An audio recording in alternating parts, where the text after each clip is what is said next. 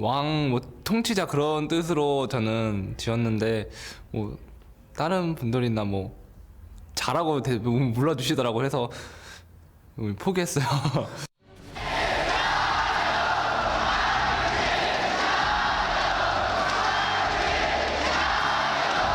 Welcome back, everyone. You're getting a look at Back, everybody. It seems like everyone around the world's pretty hyped for this one. I'm Pyra. I'm joined by Froggen and Inori. We got some Uzi and Mata streaming. We're continuing our specialized coverage of the 2016 Worlds Group Stage here on the Player Experience stream. So for our final match of the day, we are heading down to that bottom lane for RNG. The fog of war is on. Lights are out. We're going to try and get to the bottom of what's going on down there. It's gonna be a good. horror stream. Oh, Really you think you're really going to worry too much about it? I don't know, man. Uzi Mata have had not the toughest time of it so far this Worlds. Yeah, that's true. Yeah, they're definitely one of the best ball lanes here. It's an honor to watch them play, especially through fog. It's gonna be like a really good player experience for us. Yeah. Oh, I like you dropping the name of it. It's perfect. Actually, I think it's really, really cool that we were going to have that experience because normally you think, okay, then they have to you have to see what they're worried about, what their decision making is like. But when you look at a bottom lane that is as like cerebral as what one Mata's leading and as skillful as what Uzi's piloting, you've got to think like this is maybe not always the optimal way to play, but they're going to be able to get themselves out of a lot of what look like otherwise bad situations. Yeah, that's very true. And I guess Mata also has pretty good vision control, so there's probably not going to be that much fog of war in the game, actually. That's a good point. We're probably going to have the whole map lit up pretty easily, actually. I mean, like Inori, like you look at a bottom lane like Uzi and Mata specifically. Like these guys are just on so many different levels than a lot of bot lanes around the world in general. Like, how do you even try to approach that lane as a jungler, for instance? I think the most impressive thing is one is Korean, the other is Chinese, and they're able to communicate so well together. For a jungler, you have to consider that it's probably warded, and they already know your path lane. Like, such a top-level team will probably know where you're going to end, so it's hard to really gank a ball lane, too. Like, you're going to need setup from, like, probably your mid lane to get vision denial on River. Like, controlling River is probably your #1 objective, and it's really hard, too, against really good teams. But if you're able to control River well and rotate with your mid laner, you can get, like, a 4-man dive straight on the ball lane. Yeah. It's a good point. Actually, Froggen, just imagine for a second you have Uzi Mata on your team. Like, what do you do to try to facilitate them in that early game, considering they're probably going to be doing a lot of damage? I mean, I would be doing what ING is usually doing. They're warding and playing towards the bot side of the map. They usually try to go down there, and then they just leave Mouse alone in the top lane. Well, yeah. I mean, they might not always leave him alone if they're playing off against EDG, but I know what you mean. Yeah, Looper. Well, wait, Yeah, Looper does his own Looper. thing anyways, right? Look at Uzi. Yeah, I mean, I think Looper in the past has had really good TP plays, so that's something that they should be looking to set up and really just use the fact that he's so good at these TP plays with Mata. Like, they've been playing together for a very long time, so Yeah. that's something that's always annoying to play against if you play against ING, is really the communication between the top laner and on the support with, like, okay, we're ready with this go button. So personally, I like it if Mata plays some kind of engage, and then we will get a lot of action bot lane. Yeah. I mean, we've seen a lot of that already, like the Alistar pick coming in for him, like proving pretty big on the Thunder Cow, and then Uzi next game tagged in and said, okay, I'm going to be able to do all the damage this time. Don't worry about it, Mata. So it seems like they've got a lot of tools in their kit. I'm actually really curious about pick and ban and see what they end up drafting around, because they, if I recall correctly, they pretty later on the actual picks. Like the Alistar comes in last, and you know, I'm coming from a region where you're not really seeing a lot of Alistar, but it seems like it's everywhere else around the world. Yeah, I mean, whenever you're watching what's called Chinese Korean League, I think there's always the option that they will pick Alistar. The amount of Alistar players they have just in solo queue is absolutely insane. Like, they know how to make plays in this champion, and they're not afraid to use their flash at all. Like, you have experienced it in Korean solo queue too. It's quite a bit of a difference. So I think it's just like kind of fits Mata's play style quite a bit. Yeah, I think that's pretty fair, and he's the one always making the calls too. Like the pings are always flying around the map, and that's kind of an interesting team dynamic as well. I mean, again, we talked about language differences in Nori. Like, pings are like super important to be able to communicate fast. Our Starhome Royal Club proved this like a couple of years ago when they didn't have a whole lot of language shared either. I mean, just as a jungler, for instance, like how much are you using these to set up like plays really, really early on? Personally, like everyone's just pinging. I hate taking my hand, like typing stuff in chat. I love communicating with pings. I love the new addition of all the extra pings. Like, the less I have to type, the happier I am, so I can just ping everything. So my team doesn't have to read anything because they're pretty slow at reading most of the time in solo queue. But yeah, I think one thing we were talking about with Mata's Alistar is the A ping on Korea solo queue people are so fast, or being able to land combos on Alistar is really important because on A ping, everyone's reaction time gets even better, so they even get better at Alistar themselves. And Mata is such a good playmaker. Getting him on like an Alistar lets him enable his team so well, and like I'd be really surprised to see if he gets that again because after showing it against TSM, he shows how dominant he is on that one support.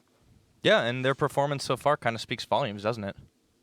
Yeah, definitely. They're looking like one of the best teams here. And it's too early to say too much, but they've shown such a strong performance, and I'm impressed by their play so far. Yeah, the groups have been pretty crazy, and then you look at like a bottom lane that Samsung has, and like Ruler coming in as like a rookie. I mean, how do you even approach like dealing with the Uzi Mata bot lane? I mean, that's just like you grow up hearing like legendary tales about this kind of stuff, even though they're newly together. I think one thing they can definitely do is just get a safe bot lane or get like a good matchup, so they're not necessarily pressured that heavily. But yeah, we'll see. We're heading into the pick and ban, and Victor ban is already out. So Yeah, focusing closer to mid, and then the Lee ban. It's actually really fast.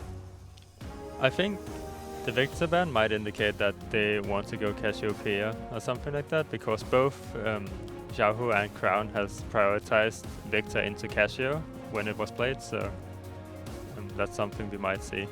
Central ban coming out. I think that's going to be pretty normal throughout this tournament too. Like, with Elise and Leap out of the table right now, Nidalee is a hot pick. I assume she wouldn't get through pick and ban because we've already seen how dominant she can be in the jungle, especially with her stronger picks out of the table. And also Rexa here, I wouldn't be surprised if we see Nidalee ban right now. Yeah, seems like the go-to for Samsung. It's been 100% pick ban throughout this entire tournament. Yeah. But the Ezreal is the last one. So do RNG pick that up for MLXG right away? It looks like they're definitely thinking about it. I think what else is there to pick? What would you think for mid lane? Not really much to power pick. Maybe Cassio. I think Karma is definitely a contested pick. It can be flexed both from support and to mid, so it's just very good overall. And it seems like every single team prioritizes it a lot. Besides that, I think into Karma you can pick pretty much anything, because what she does is just she pushes you in and she pokes you down. That's pretty much it. There isn't a whole lot of kill potential unless that she gets a good ganking jungler, but those are banned, so. Yeah, one thing that's not banned is the Cassiopeia, but I mean, this could very well be a pretty solid bot lane. The Karma speed boost, the shield, keeping Jhin safer. But we've seen a lot of the Sivir combined. I mean, you know, does that not seem a higher priority with the Sivir left available? I don't really think so. I mean, they already see their ADC pick. I think Jhin is honestly the best ADC in the game right now. He's just, his ulti, his W, like, he has so much utility in his kit, was also so much damage. It's such an overpowering force. Like, I like the Jhin pick over Sivir, and I think they can settle for Sivir next if they really want it and just focus on getting like their ball lane or their mid lane picks. I think from what I've seen so far, it seems like people just prioritize whenever they get Nami, they try to get a strong AD like S roll, and then if they have a melee support, they seem to just go Sivir, and then once she has a couple of items, she can just clean the entire minion wave, and then the support can roam. It seems like people roam a bit less when they get their hands on the ranged supports that's really strong, like Nami and Karma. I don't think that's fair. But they'll definitely have a lot of mobility here. So Skarner on that side. But yeah, Caitlyn, this is something that Uzi's definitely going back to. And then the Jace that we've seen pretty popular so far at Worlds could go up to the top lane. That's a lot of power on RNG side. It looks like they're playing for lane dominance. Yeah, I think that ball lane, Caitlyn, Nami, what's more frustrating to play against than that? That's just going to be such a dominant lane phase. And also you have a Skarner jungle on the enemy team. Like, what does that do to Caitlyn, Nami, pre-6? Like, their ability to pressure the ball lane is so out of the question right now that the Jhin will have to settle for something else. Yeah, I think on top of that, having Cassiopeia against Ryze, Cassio is actually one of the champions that can build the early QSS and not have it affect her too much. Like you've already seen just in last game, whenever Cassio is against Malzahar, they tend to just go tier into QSS, and you can kind of do the same thing against Skarner and deny him his ultimate. Yeah, so you've got a bot lane here that can definitely do a lot of damage early on and has like a lot of sustain, but like Jin's range is definitely nothing to sneeze at. You talked about it being, very, very powerful overall AD carry. It seems like Samsung's game is definitely going to be a lot more late game focused though.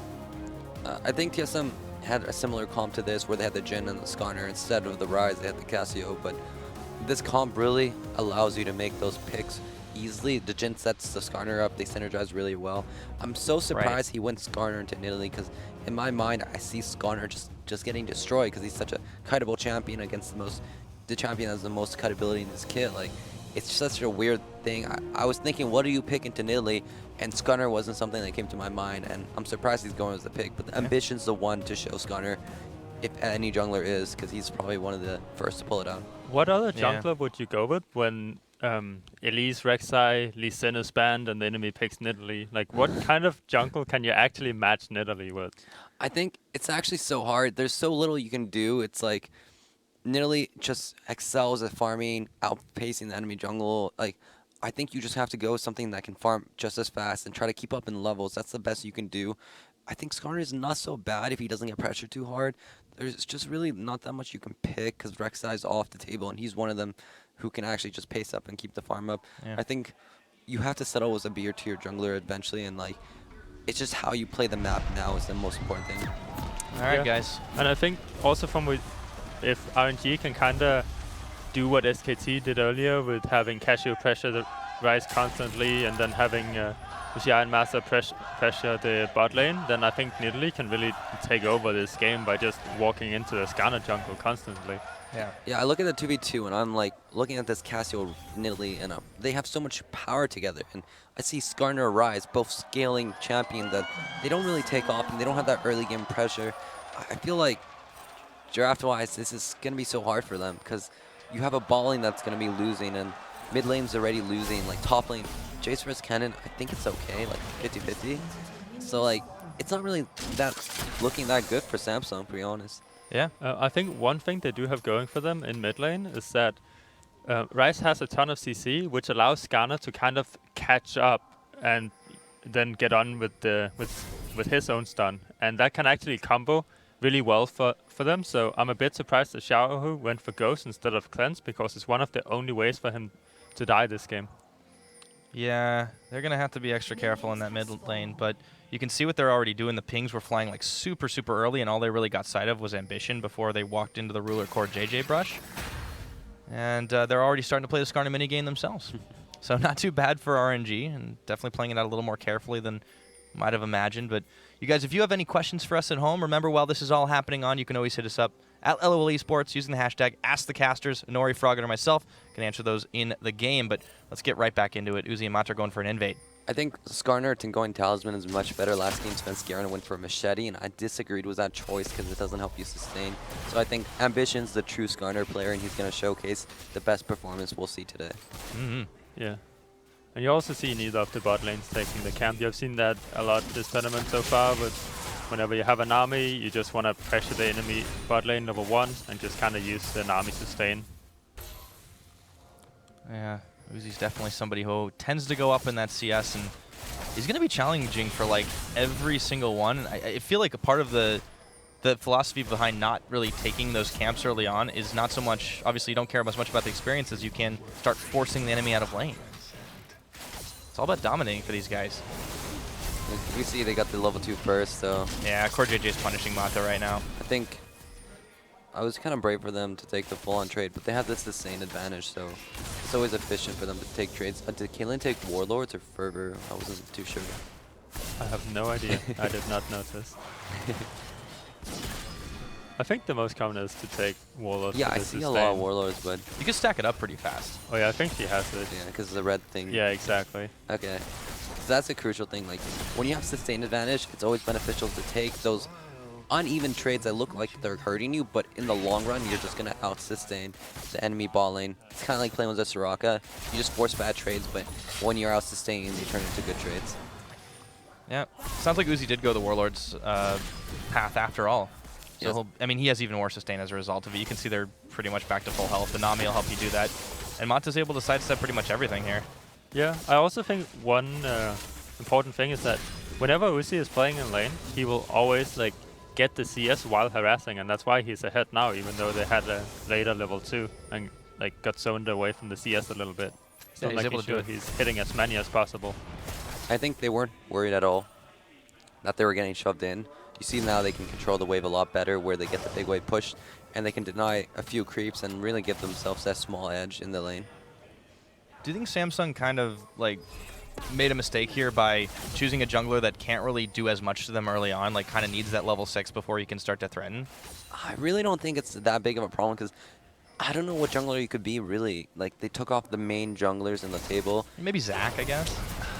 Even Zac, like, it's really, it's hard to gank ball lane, to be honest, because, like, they're going to have the sustain advantage and they're going to have the pressure. So I think I agree with his choice to go a farming jungler, but we see now he's getting pressured in the jungle. And if you're not able to secure the camps and stay even with the Nidalee, she'll just rapidly outscale you. And it becomes so hard as the Skarner to play the game if you're so behind. Oh, he opted to go for the range creep instead for the cannon creep. I thought he was going to use his net for it, but I don't know. Oop. Okay. Oh. Oh. It's kind of a bad trade. Yeah, I mean, force the biscuit and everything too. Hey, one And surprise, Uzi's up 10 CS. Yeah, Caitlyn shoving someone under the tower. That's not like you've seen that before. No. Oh, he lost another CS. Oh! Damn. Okay. Come on. I mean, fortunately for him, Ruler's pretty much locked down under tower. I still really like how they let themselves get shoved in early, and then they got the opportunity to build that wave. And Jhin sucks at last sitting under tower, and the bigger the wave, the harder it is for you to really get the creeps. So I thought that was really cool by them, and they played it really well, and their CS lead is starting to show. Yeah, and they don't have to worry about the pressure. Like, look at where MLXG is actually hanging out. Uzi does get... Oh! He got into a bad situation. Flash for flash, exhaust, heal, everything's used. Uzi knows he's dead. That's first blood. So, And I'm pretty sure he had his trinket ward up, and he just decided not to actually put a ward down, right? So yeah, I think he was going in that brush for it. That was really weird. Okay, Core JJ gets hit. They might be able to finish a kill. MLXG is going to flash right under tower range. This is the Skarner god. Oh, okay. Mr. Ambition is showing up. All right, so that changes things a little bit down bottom lane. When you're after 6 jungler, but you're getting kills pre-6, it feels good, man. I'm surprised it's working. I think the ball lane communicated that there was no vision ball lane, and he went for this because normally you really don't want to take these early game risks. And Uzi literally passed towards River, like, it's And so... he missed the net. It's so... That's painful to watch. unfortunate. I think this is maybe disrespecting the Skarner a little bit. Yeah. Being like, nah, he's just gonna farm up. Because they had the information that Skarner cleaned his topside jungle when Nidalee and Skarner was fighting up there like a minute ago. Yeah. So they know there wasn't any Should camps have definitely there. known. And why flash for that kill? Like, you saw the shield on her, and It's just MLXG, man. it's just so greedy. Like, That might be some communication problems with them thinking that Jhin doesn't have heal or something like that. I don't know. could see that then. All right, let's turn to Twitter. You guys have a couple of questions, actually. Inori, for you. This is from Imperial Scout 2. What's a good counter to Nidalee? Maybe Cassiopeia grounding. I think for jungle matchup, it's just so hard, but I like Elise a lot because, like, you have good sustain, you can, like, stay healthy in the jungle. The most important thing is clear fast, stay healthy in the jungle, because you don't want her to capitalize on your little HP. There's very little you can really, like, choose. My personal favorite is Rengar, just because... Yeah, I thought you might say that. I like to, if I can get her flash pre-6, once I get my level 6, I find her in the jungle and I kill her. I prepped that pick for a while. Like, I wanted some people to pick Nidalee so I could pick my Rengar into it. But I really didn't see a good opportunity. I think it's a good pick, though. Something that can get on her and CC her is really strong. Fair enough, and Ambition is getting a little closer. Well, he's hit the level 6 mark now, and so is MLXG, so that's going to be a little tougher for the invade, and they've pretty much matched themselves in farm, and down in this bottom lane, we started to see this turn into a little bit more of the horror stream. Uzi and Mata are in kind of an unusual situation, being shoved in themselves. Yeah, I think it's not the end of the world that it's not the end of the world for the bot lane, at least, that Skarner got 2 kills, because Uzi still had a pretty good base. He got his BSO, so he's still able to shove if they can start stacking up a wave. Yeah, they just got to respect now. They've got to be super careful, and Ruler was able to get a little roam on. But you were right, Inori, in the early game. Like, this may not be so much of a Fog of War stream because of... I mean, they just got the river pretty much lit up. Here comes the curtain call, and Uzi's stuck under it, but MLXG is around. Really, Froggen was the one who said that. Cause, Oh, like, sorry. Yeah. But Mata's vision controls so well. Like, he can keep the vision lit. But early game, before Sidestone, you're reliant on your counter ball laner to ward for you. You and Uzi are responsible for the ward vision. I think Uzi had the opportunity to drop a ward there and see that river gank. But again, Froggen said, like, underestimating that Skarner pick. I mean, to be honest, I would underestimate it too. Like, you wouldn't really expect him to go for that, but then again, like, you should expect the unexpected because this is like at the world stage. Like, people will go for these cheesy things. Especially in best of ones. Group Yeah. stage, we've seen quite a lot of that. All right, and another one, by the way, speaking of frogging, this one is from you, for you, at Battle King MVP. How good is Anivia versus the new meta mids now, especially after the nerfs? I think she struggles against Syndra because Anivia has no natural way of just getting magic resistant because she needs to build up a mana pool. Kind of the same weakness that Cassiopeia has, but Cassiopeia can do early magic resistance after the tier. So I think Anivia against Cassiopeia is actually okay. It doesn't hurt her too bad as long as she gets through the early laning phase. You can always click TP to like secure it, and Anivia will actually end up being really strong in team fights. He has a lot of zoning for against specifically the Cassiopeia pick. Also against, if you want to play against Vladimir. I think Anivia against Ryze is okay too. Like, you can kind of trade back as long as you survive the early game. Against all the junglers, it's also okay. And all early game junglers are pretty good with Anivia because they usually provide some kind of CC. The Rek'Sai knock-up is good. Elise is really good because of the stun, and they have a bunch of damage together. And this is before Anivia got nerfed, so she's still a really decent pick into a lot of champions, but it would require teams to specifically practice Anivia, and I'm not sure they have done that. Well, since Vladimir's kind of fallen off a little bit anyways, right? Yeah. Yeah, nowadays we're seeing a little bit more of these mid lane matchups like Cassiopeia, Ryze, these things. And Malzahar has also come out quite a lot, but in this particular game, like, there just seems to be so much power on RNG's side, but, you know, it seems like they've kind of been playing with a little bit more fear now that Ambition's kind of got off to a rolling start. And I'm a little worried for them if they kind of fall back and like let this Samsung squad kind of scale. Yeah, I think right now they're just making sure that they're trying to clean out the wards because they know the top laners TPs are coming up soon. Like Uber, if he TPs behind Caitlyn and Nami and they don't have an exhaust for him, it's probably pretty dangerous. So that's what RNG should probably try to prevent here. Yeah, and they're in the dark too. Yeah. You can see that there were pings from Samsung Galaxy kind of like heading down on their side, but it's really interesting to see the decision making that Uzi Mata have had, and like Uzi's like made that one big mistake. It started off that kind of gave Ambition a fairly heavy lead over the Nidalee, but overall, like, they've really been fairly impressive with the way they've been like watching and keeping an eye on the map overall, especially Mata. I think Uzi, personally, watching him, he's played a little sloppy at the start. He was missing cannon minions, and I think his E-net could have been better too. And That's definitely true. yeah, like, I just think a big part is like warding as a ball lane is the most important thing. Like, you need to be on point with your warding, and to let it give a double kill like that away is like, you really shouldn't be doing it, especially to a giant champion like Skarner, because this really keeps him even with the Nidalee, and this Nidalee, what good is this Nidalee pick when this Skarner is going to flash on top of you and take you out? It's a good point, because like you can see MLSG going into the jungle again, but like he's not gone very far in ever since Ambition got a couple of kills. Like, he used to be invading a lot more and taking away the pillars and things like that, but now he's just going in, like, peeking his head in and just grabbing a couple of pink wards and then getting out. I think you just want to see where Ambition is at this point. You don't have the ability to contest anything, because once Skarner hits 6, like, the kill pressure is there. Their 2v2 will be stronger. Like, you need to you need to respect the Skarner, and you just want to go check where he is to let your lanes know, hey, Skarner's in this area, be careful for flash ulti. And you just go back to power farming, isn't it, Lee? Yeah, I also think a lot of it was he needs to stay in his own jungle and just kind of farm up again to catch up to the Skarner. I don't think you want to invade as Nidalee if you're just even. You kind of want to get a small lead somehow. And Cassio has also picked up a QSS now to prevent the Skarner ganks, which is pretty good. So we see a very defensive mid lane between the Ryze and the Cassio. Personally, for me, I would recommend just going top lane. Like, Jace is such a free pick. Like, as Skarner, if you get on top of him and pull him in with a cannon, that's 100% kill pressure.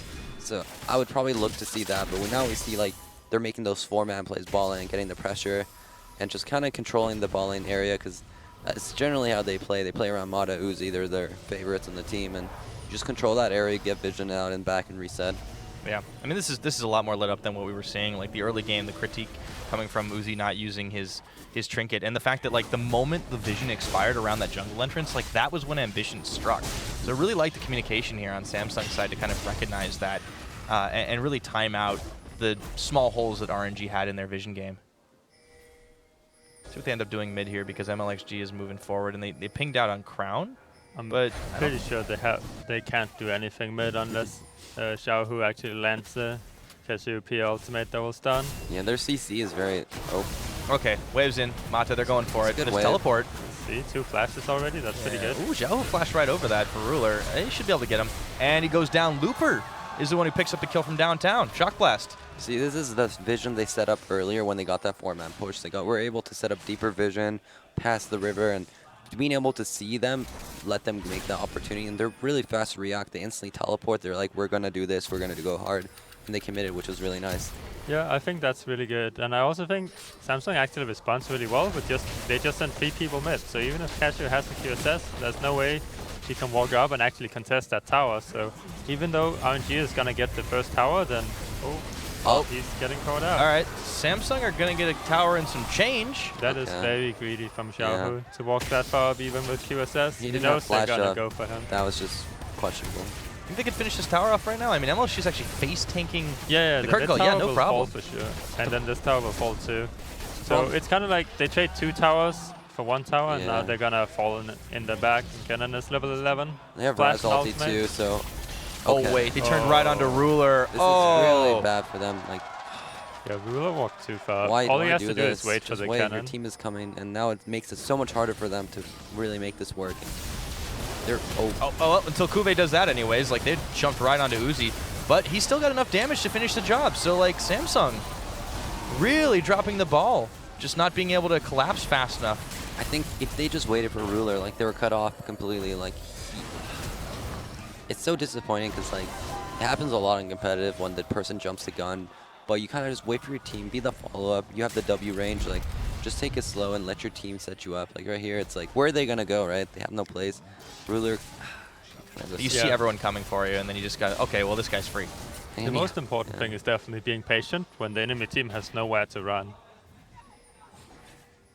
Yeah, it was unfortunate for Samsung Galaxy, and this is, I mean, this is Mata's shot calling, right? Like the momentary, zero hesitation just to go in, and then they just were able to replay the fight. And Uzi, I'm not actually sure how he lived that long, to be honest. Seems like its health bar is just a little bit bigger than everyone else's. Just imagine having a Ruler there. That could have been the difference between like 1 kill and like 3. Yeah. It's just so unfortunate for them because that was a big play for them. There was a power play for them. They had the flank cut off. There was little RNG were set up to do. They were caught out of position, and they played the fight really well. They committed to Ruler, and they got that kick or pick. And now I can see the Cloud Drake going over. They're not really in position to stop it, though. Unfortunately, MLXG had backed all the way to base, so that one's going over Samsung's way. They'll be a little bit speedier, and they're going to have to be more careful on the side of RNG to kind of spot out and prevent Samsung from getting up in their business. They're all hesitating or moving towards top side right now. A lot of pings. And Mata, calm down, man.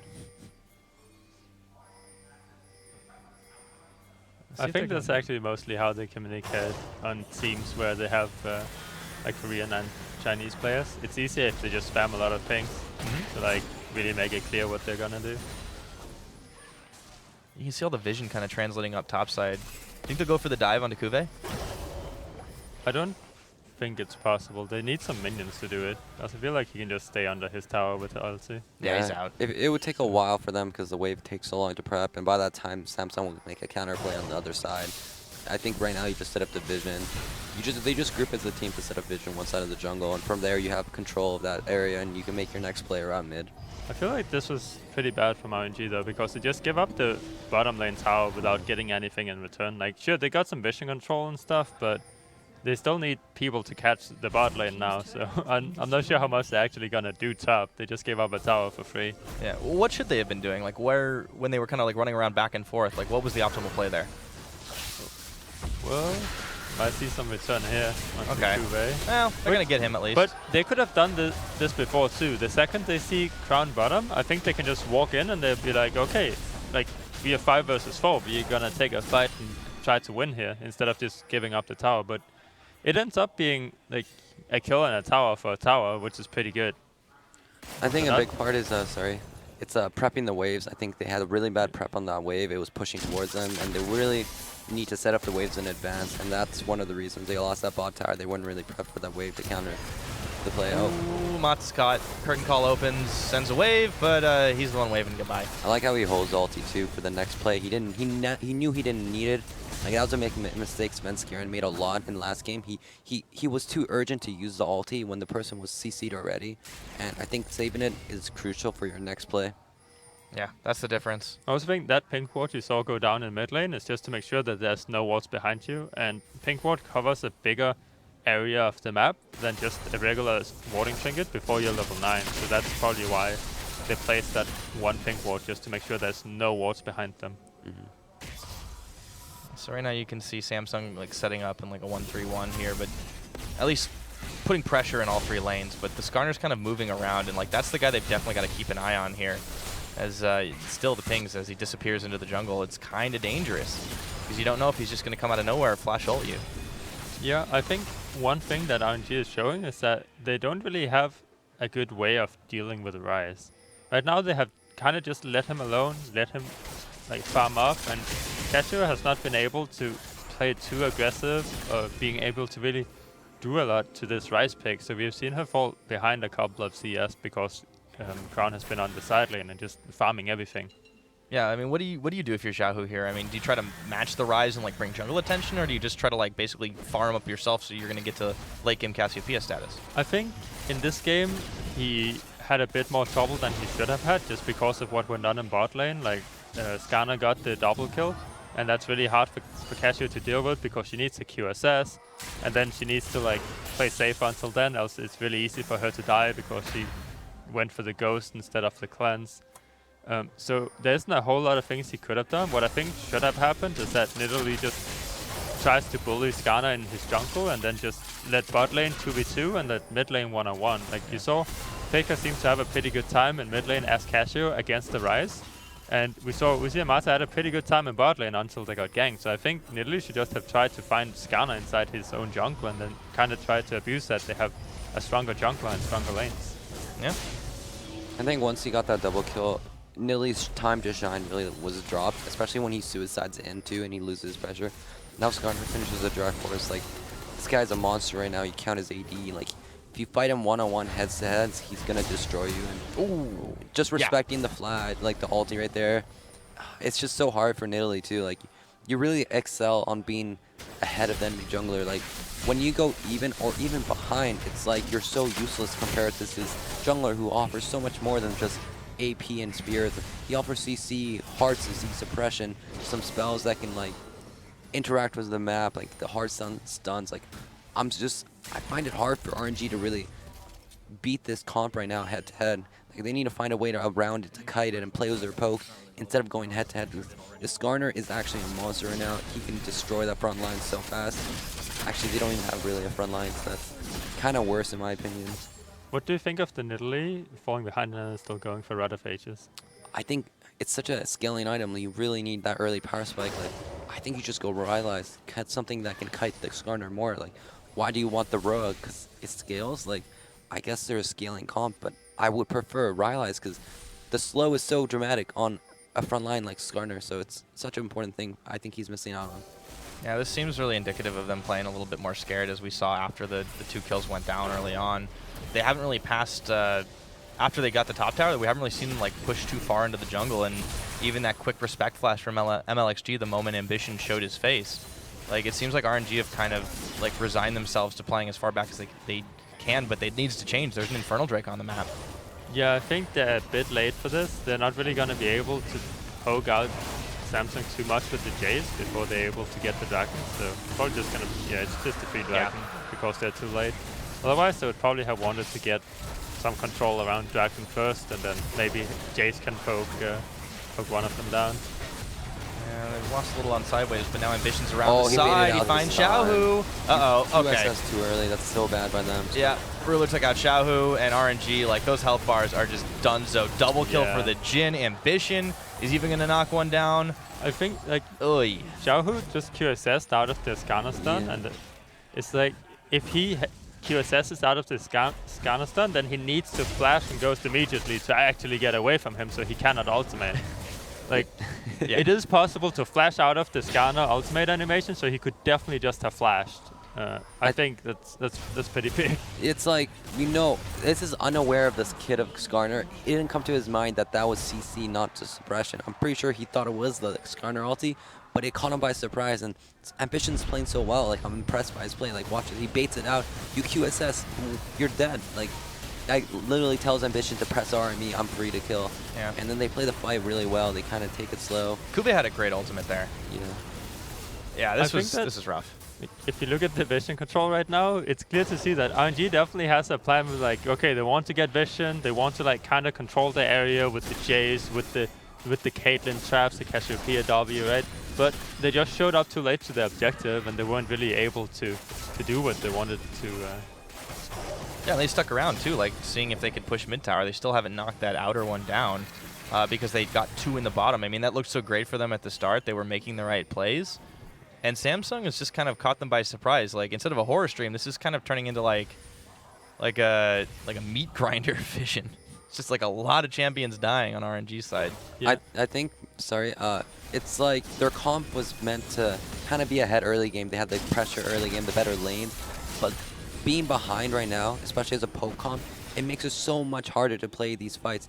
And it makes it like, if you make one mistake, they just snowball and stomp right over you. So let's see what happens. Yeah, Xiao's done. Honestly, he could have escaped there if he had flashed over to the Wolf camp, but he's trying to flash towards his own team, which is like, it's kind of like a tilt thing. Oh, I died, and I used my summoners. And they're losing out on objectives so much. Kuve is going to go down here, so Looper, he has the better damage. He also has the Maw of Malmortius. It helps him out in a one-on-one. So, that's something. They technically traded even minus the tower, but now Ambition's Looper's on the done. hunt. Yeah. I feel like RNG shouldn't really try to follow up on Samsung falling in their bag. I think they should just try to get their items. Like, Casio is not strong enough right now. Jace is pretty strong. He's almost finished some items. So, like, they just gave up a bunch of bot lane farm, and they could have walked into the enemy bot side jungle if they wanted to as Nidalee, and then try to get some camps and some advantage that way, maybe get some vision down. Instead, they're trying to chase and back up Lupo, who's already dead. Like, all they have to do is just run him down. So while they're running him down, they should look to get other things on the map instead of look to actually fight them when they're this far behind. Yeah, and the Ring of Vision is just, it's been shrinking very, very quickly, in fact, and there comes Ambition again. Yeah. He's 1v2 right now. And this is also he's bringing friends. Kind of because they chased before leads to this, because they chase and then like, oh, we can't chase. Now we need to base, our lanes are pushing out, so now we need to like push out our lanes. You saw Casio went bot and pushed 1 minion wave. She could have had 3 or 4 minion waves, and it could be on the inhibitor tower already, and they would have been safe if Nidalee had just walked in, smited the Wolf camp that just spawned on side Galaxy's side, and they would have gotten a lot more gold out of it, and most of all, they're a bit more safe. Like, I think it's just like they're kind of tilted right now, it shows. So Yeah, I definitely see it too. Like, how mid lane is playing, it's really just tilt.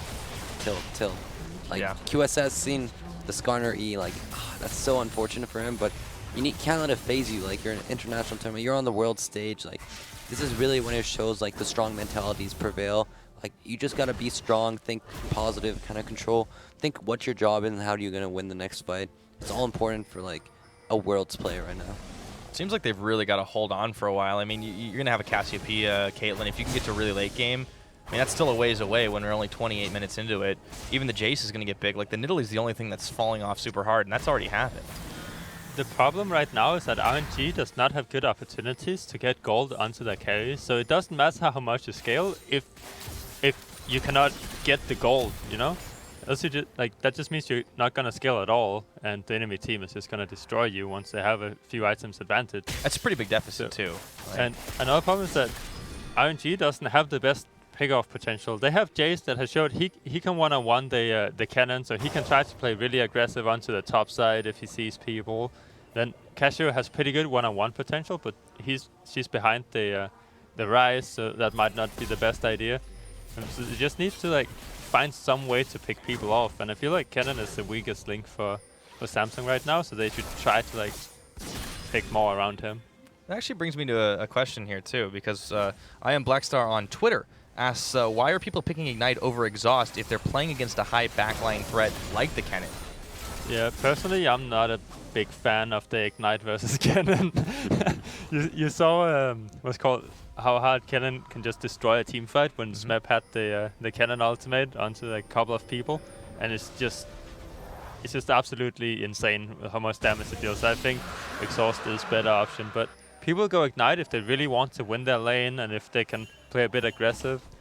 I don't think it's a great choice when you have Caitlyn in your lane, because she basically just pushes in the enemy team. So Yeah. There's one good thing for RNG though. There's still no Zhonya's on this Kennen. I think, yeah, it's going to be hard because you're against the Jace too. Like, I would value armor a lot. I would probably go for Hourglass either before Riley's or after it. It helps you a lot against the Jace too, just having that base armor, because it does do a lot of physical damage. And yeah, about the Ignite thing, like, why do you really need it, really? Your lane is so much stronger already. Exhaust just gives you more of a defensive ability too. Like, imagine if they had Exhaust there for the Ambition gank. Like, slowing his movement speed would have kited him a lot, and they probably would have survived one person. So I think Ignite is it's just too aggressive. Like, you don't need it for the 2v2. I think they're better laners. They could get away with just going Exhaust. You think they just picked it pretty much to try and dominate the lane? yeah, Yeah. it seems to be a thing they do. He just went Ignite in pretty much every game, I believe. So, like, even on the Alistar, he decided to go with Ignite, where most people just go for Exhaust and like try to make Alistar's carries survive as long as possible so they can dish out a lot of damage. He did make some sick plays on the Alistar though, but Oh, this of is a very course, different of game for course. RNG. I think if you're not running any Exhaust on your team, it's pretty important for you as a support to take that Exhaust. Because when you have like a Kennen, his whole kit is going to be diving on your back line. Exhausting, reducing his damage by like 30% is pretty broken. This kind of hurts them, especially when they're behind. They don't have that defensibility, and Ignite only does so much for like your way to survive. Yeah, and they've been just struggling to try and get the vision in here. As you can see, they cleared it out. Samsung are still in on this. They do get the shutdown. Uzi grabs the kill onto Ambition, but in comes Kuve, and they just get melted. They're just That's Kennen. they're so lucky they get. And there goes Crown. Mata's lucky he didn't die either. I think Ambition kind of played too aggressive there. He should have like he went on the ground and he couldn't really flash out. He could have probably played it a little bit safer, but still he was the one who got the engage off. Kind of faking out the Rise ulti there is pretty funny. Yeah, I mean, it's the reason they call him Ambition. But despite the death, they did get another tower in mid. Kube's going to go down here, or not. Oh, Xiaohu didn't finish wow. off Kube. And then Xiaohu went down. That's Inhib. Now 31 minutes. Can they Kube end is this? gonna base and then he's gonna TP on a creep Oh. and they can end. Oh, he's not gonna TP. He's just gonna stay low HP. Fair enough. I think it's kind of questionable. I think this is really questionable. He could already be TPing with full HP. And it would save you more time on your minions. Yeah, Yeah. Luke I is don't about to think come up. you can But- end now. Let's see. They have 25 seconds. I think you They have kill him to on G. Yeah, they're able to Oh, end alright. now. So that's it. I can see him get sniped as the EQ right now. All right, so Samsung are going to close this one out. RNG, they just fell apart. I guess it was a horror game stream after all. Yeah, it seems. Not so. how we expected it, especially No. with the Skarner pick. That's a good horror film. You Yeah. don't expect how it happens. And for Samsung, it's a big triumph. That's actually the first time I've seen Skarner really take off in a game and actually have a good impact. Yeah, especially against. I didn't expect it to be this game where he's against a Nidalee, like Yeah. hard lanes. Like, I'm really impressed by his pathing. I think he deserves a lot of credit for this game. He was the one who really snowballed it, gave his team that really good advantage, and he let his carries and his Rise, his Kennen really come up to show their power late game. I think not taking that exhaust really hurt them. Like that one team fight, if he had exhaust, they probably wouldn't have all died. Yeah, you saw it in that team fight, really. Like, he just basically one-shots 3 people. Like, you need an exhaust for that. So. Yeah. It's big coming from somebody who we give so much praise as Mata, former world champion, who's known for being like the brains behind this RNG team. And, well, sometimes you go a little bit too aggressive and you get burned by it. Well, it seems like he just really values that he can try to snowball the game, you know? Because if it does take off and you have Nidalee able to go into the Skarner jungle and Which really should've like happened. find him all the time, yeah, then you're probably able to play a bit more aggressive and you might get away with taking Ignite instead of Exhaust, but I think that's the second game today, we see no exhaust versus Kennen, and he just destroys the team. And second time today we've seen Kennen no Zhonya's, but I guess it didn't really matter for Kuve. I think one of the repeating trends is all these Kennens feeding when they don't go Zhonya's. I think it just helps your survivability a lot. Maybe I'm really nitpicking it. I can see the benefits of skipping it, but I really think there's a lot of strengths to it that could help them survive a lot more if they had the ability. But yeah, I don't complain. They won the game. The Kennen did a lot of work that one fight. So I think that Skarner was beautiful. Ambition, really showing how to play that champion. He knows how to pressure pre-6 and after 6. I think Spence Garen should open up a book and take some notes on how to play Skarner because his performance was way better. He knew how to play the champion. He played him really well, and I'm really impressed by his performance. Yeah, overall, really, really solid play from Samsung and just punishing RNG mistakes early on. It was nice to see Uzi, like, up until the point where he got caught early game, he was really doing a nice dance around.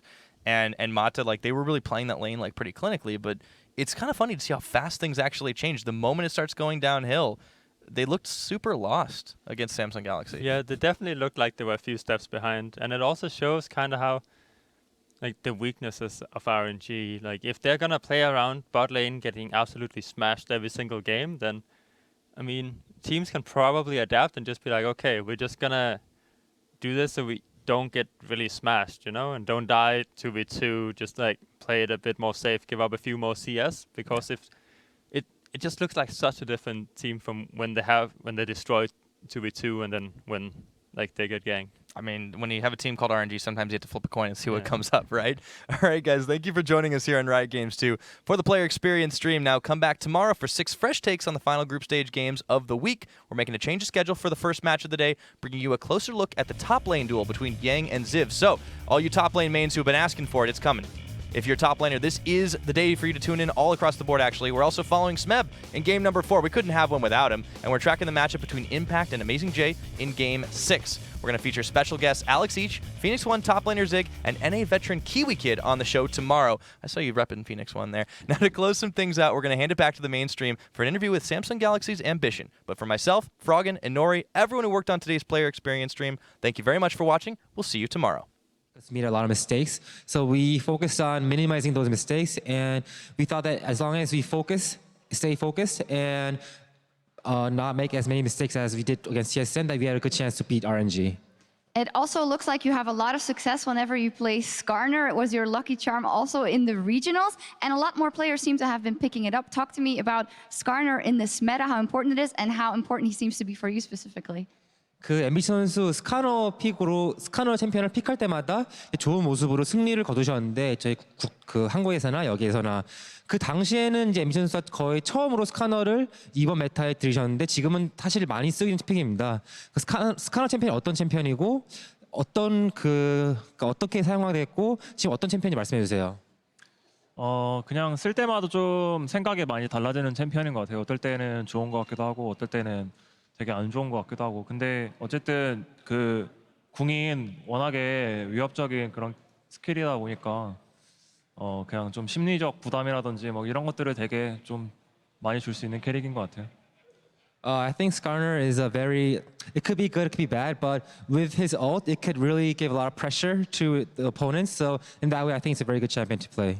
Okay, it worked out here in Ambition. Of course, you have achieved so much in your career, but this is the very first time that you managed to make it to Worlds. How has the experience been so far, and how far do you think you can get with Samsung? 그 MBC 선수 지금까지 선수로서 정말 많은 것을 이뤘지만 롤드컵엔 처음 오게 되었습니다. 지금까지 어떤 경험을 하고 있고 어디까지 삼성팀으로서 어디까지 진출할 수 있다고 믿는지 말씀해 주세요. 저희가 경기를 단판이 되게 오랜만이라서 그냥 좀 단판의 변수들이 좀 무섭긴 한데 만약에 저희가 그런 것들만 잘 이겨내서 극복한다면 저희는 한 4강 정도는 갈 수 있지 않을까 생각하고 있어요. Actually, we're not that used to best of one, so like there's so many things to consider in playing a best of one. So I think as long as we proceed to the quarterfinals by playing a good week next week, I think can actually aim for the semifinals. Oh, wow. Big words there. Well, you have a win on the board and looked fantastic in this game. Congratulations, Ambition and Samsung pulling this game out and completely turning the group on its head. Analyst S, take it away. Thank you very much, Shucks. That's exactly right. With this win here over RNG, Group D just got very interesting in that we've got three teams tied at 2 and 1 at the top. But in order to break this game down, I want to start in Champion Select here because we had what a lot of teams would look at for RNG as a very dominant composition that we would expect them to be able to just absolutely steamroll the competition with. Well, I mean, maybe starting out with the Nidalee and you're like, giving Nidalee over to MLXG, you're crazy. Oh, that guy is awesome on Nidalee. But then they don't draft any frontline. They don't bring an exhaust to reduce any damage, as they said. They have no hard CC that's really easy to land, except Cassiopeia ult flashing forward. So they've got a ton of damage. But they have very low defenses and no CC really to help them. Nami Bubble and Cassiopeia ult are very finicky and difficult to have reliable engages with. Yeah, and honestly, to me, this just looks like a little bit of a disrespectful draft. You're just picking champions that you like, that you know that you can lane well, and maybe expecting to just stomp the game through the laning phase. But once you get to the stage of where you group, who stands in front to actually zone out the Skarner? You have absolutely nobody to actually do anything at that point. It almost worked one time having Nidalee with Zhonya's in the front because you can Zhonya's for a few seconds, but that's it. I know you guys are puzzled about the RNG side of things. Samsung, you just have to look at this draft. It's coherent. There's initiation for once. They're not just going for the poke comps. They've definitely been drafting much more towards what RNG are playing this game than their own style. And yet they go to this regional playoffs. They have the core JJ come into the team. They play more initiation. They play it well. And then you just come here and they draft the Jhin. They draft Skarner. The Kennen as a last pick was a masterstroke because you get one pick with the Skarner and then Kennen ults, no way to get to that target deletion. It all followed, it all tracked, but for some reason, it's a core JJ special only. I want to get Kobe in here real quick. Well, for some reason, this is almost exactly the same core champions that TSM just drafted, right? The Jhin, Skarner, and Karma as the core of the team, and then the double mage solo laners. Very, very similar compositions for both teams, back-to-back wins in the group of death. Yeah, and the Skarner is really good at just singling at one guy, and we know who you have to single out from RNG. It's got to be Uzi, and they went down to the bottom lane multiple times. And while I would have liked to see Skarner actually just use Flash more aggressively with that 2-0 advantage, the fact that you have to worry about Skarner so much as an AD carry just really slows yourself down. You're going to see in the replay right here, Skarner from the brush, just the hidden Skarner is the deadliest. He's going to be able to actually pick up a double kill, I believe, right here. Yeah, the first kill here, flash bomb by Nami. It will be on RNG's attempt to re-engage. Right. The second part here, this is the most cool part to me because I like to give 100% credit to the players. I'm going to say from the moment they saw Nidalee coming down, they're like, heal bait, heal bait, heal bait. We're going to bait this because Ambition could easily have stopped and blocked that spear, but he chose to let it hit the Karma, juicy target. MLXG takes it, hook, line, and sinker. That's some crazy creativity about it. I won't block it for you. I'll let you bait him in. I mean, either way, though, what this move showed, though, was that Samsung Galaxy was responding to what RNG had done in previous games, in that Uzi and Mata had taken very powerful lanes and had shoved in early and created those giant CS leads for Uzi. Ambition decides to do something about it this time, comes away with 2 kills for himself. That gives him the level advantage. We talk about, MLXG on Nidalee expecting to create a lead. Well, all of a sudden that lead is gone because 2 kills go over to Ambition. And it's a pre-6 gank from Skarner. I guess Caitlyn probably didn't even respect that could possibly happen. That's just the reality. It was good timing there. And then the overextension for that second kill, that's not the RNG we saw the last 2 days. That's the kind of disrespectful play that we saw against EDG that kind of held them back in the summer season, and yet they returned to it on the 3rd time out against Samsung. All right, so now let's push ourselves forward to our next replay, which is going to come 23 minutes into the game. This is a 4-for-1 for Samsung Galaxy, plus a Baron. This is the big one. And this is right after taking that Dragon. But for some reason, Xiaohu is just dancing with Skarner right in front. And Kennen, he doesn't even need to TP to flank this fight. You're going to have Ruler being able to have a really nice ultimate setup from here, just completely untouched, and it's just clean up duty for Crown. And from this play, they're going to be able to pick up a Baron that is just going to snowball them to the victory. I think ultimately we saw that Samsung Galaxy is a team that is comfortable with that lead, with that Baron buff. They knew how to use it. I'm going to push us forward now to our game-winning fight just to close out the gameplay itself. Let's take a look.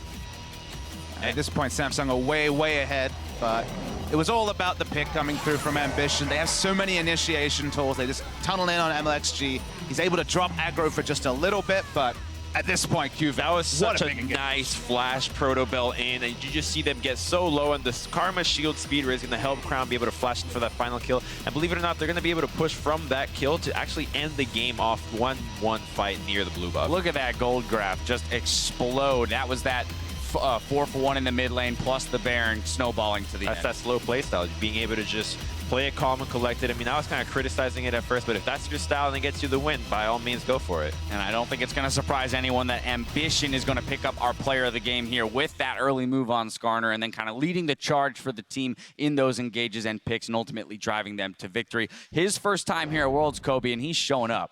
I mean, both Sven and Ambition pick Skarner, get MVP.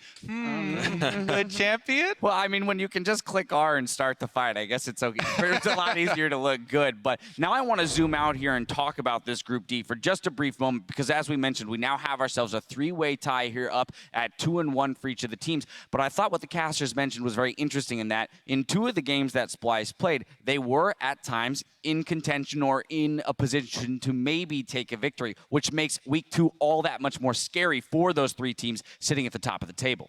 I mean, those three teams at the top are the three teams of why we're saying this is the group of death coming into it. You know, group of D, as soon as people saw the group draw, like, who exactly is getting out of this? Yeah, some people have a preference for one over the other, but those three are very close. And now that they've all exchanged games, with Splice being the only one to kind of donate and bump everybody up, week 2 gets very, very interesting. The excitement's so high just because all three of these teams that are 2-1 have shown defined weaknesses and strength. And then you have Splice nipping at the heels in 2 games. Okay, blown away in 1, but I don't think Splice are going to go 0-6. They're going to take a victory, and that might be pivotal in deciding who gets out of this group and who doesn't. And I think for pivotal things that the junglers are so important for this, and I think that teams are starting to really pick up onto clinching that jungle pool and really understanding how important the early pressure is. And the Skarner, the fact that he can get away from the laning phase and come out ahead, as we saw in the TSM game, as we saw in this game, that's kind of worrying. You don't want to see a Skarner being able to just, for some reason, put out more pressure than the early game junglers. And if the teams can really crack down on this and really punish that next time around,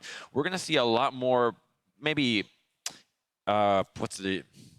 I don't know. I don't know where you're going. I don't know where I'm going with this. I wish I could help you. Yeah, right. 2 words? 3 syllables? We're going to see more proactivity from the early game jungle. There it is. I love it. All right, well, that's probably my signal to close out the day. And at the end of the third day of competition, let's have a look at how our groups stand. Now, the Rocks Tigers are on top of Group A with their 2-0 record. Korea's second seed holds first place in Group B. Group C will get the chance to shake up their 4-way tie tomorrow. And 3 2-1 teams, RNG, TSM, and Samsung, are knotted up in Group D. That brings us to tomorrow, because the fight continues as we complete the first round robin of the group stages here at the 2016 World Championship. First, it's Group C, where AHQ will go up against INTZ Esports, followed by EDG versus H2K. Then Albus Nox Luna takes on G2 as Group A takes to the stage. And later on, it's SKT versus Flash Wolves in Group D. Now, those matches kick off at 4 p.m. Pacific time tomorrow. That's 1 a.m. for those of you observing CEST. Now, there's more coverage coming your way in just a few minutes as Shocks, Stress, and Freak look back on the day's key moments, and in another edition of Worlds Tonight. My goodness, it is a long day. All right, but that's going to do it for us. So on behalf of everyone here covering the action in San Francisco, thank you for joining us, and we'll see you right back here tomorrow as the fight for the Summoners Cup continues at Worlds 2016.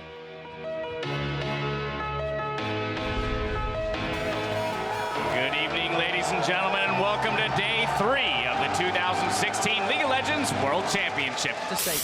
Pretty well handled there by Miracle, but it's 2 summoners down, and he is going to be very vulnerable. CLG running for their life. Smoke goes back in with something. But Kira's down. Stixers find him. Now 6A's the target. And Miracle still with a lot of HP, but he's running out of teammates. In Russia, we don't care about slow game or if something is risky or not. In Russia, we just play the game. Если мы убьем Израиль, это... Израиль, убить! Попробуй! Элиза! Because otherwise, it's not interesting, nor for us, nor for viewers. Peanut's going for the 50-50. G2 on low. A flash in from Peanut. It's secured. The Rocks Tigers get the Baron. Expect gets caught down. He's got a PA, remember, but he needs Mega.